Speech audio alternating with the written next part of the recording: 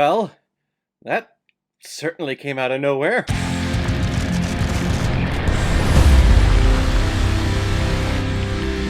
Overlord, released in 2018 and is directed by Julius Avery, who is behind such films like Son of a Gun and a superhero movie by the name of Samaritan that was supposed to have been released this year, but is now off the books and no one's talking about it. Is that because of the pandemic, or is that because the film is no good?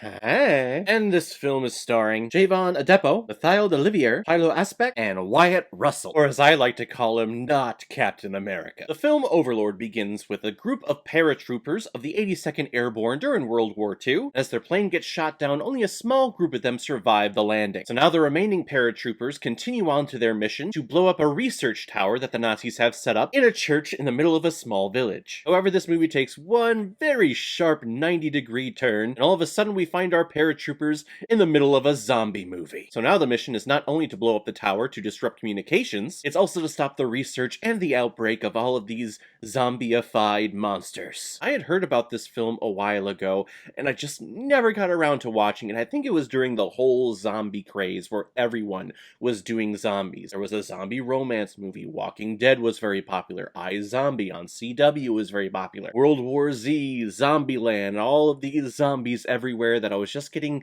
too bogged down and too tired with everything that was related to zombies. And then I heard that this movie turns into a zombie movie, and I put it off to the side, never checked it out, even though I did hear good things about it. Finally checking it out, and I have to say, this is one pretty damn good time. And I guess if you're going to add to the canon of what is a zombie movie, let's put a zombie war movie, and like an actual zombie war movie, not like World War Z.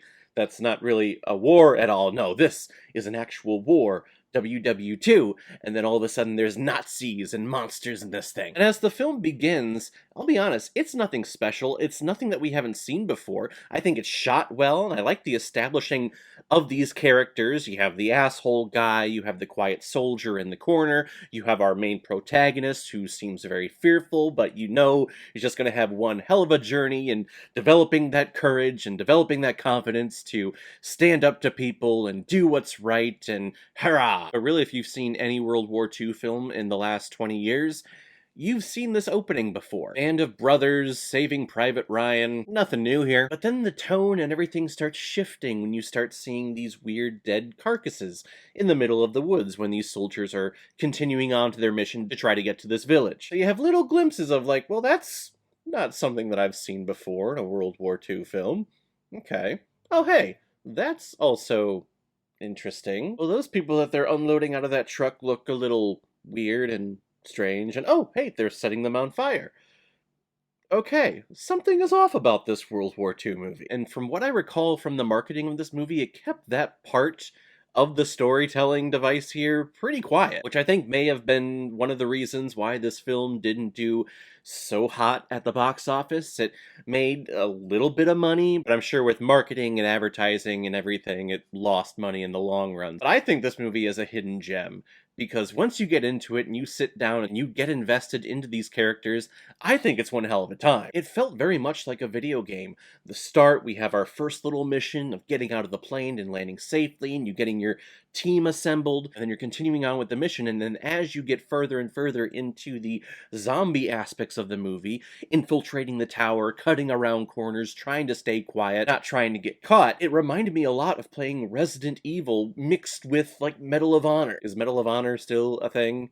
I remember playing that on the original Xbox. I haven't played something like that since. Oh god, I'm dating myself, aren't I? Javon Adepo, I think, does a pretty admirable job as our main protagonist. His story arc is very predictable. They set him up as this coward, someone who couldn't do, I guess he couldn't kill a rat in basic training because he just felt for it. But then here, out in the field, and then when you get into certain situations, then all of a sudden this ravenous courage comes out of him, and he's able to do what needs to be done. And Wyatt Russell, I think, is a pretty good leader here. I guess if you were watching The Falcon and Winter Soldier and you weren't sold on him as Captain America in the beginning at least, I feel like you could pop this movie in and go, oh, okay, he does have those leaderish qualities that I could get behind, although he did turn out to be a son of a bitch. He is a pretty big badass, though. He gets strung up by the ribs in this film, and he is able to pull himself off and continue on fighting the big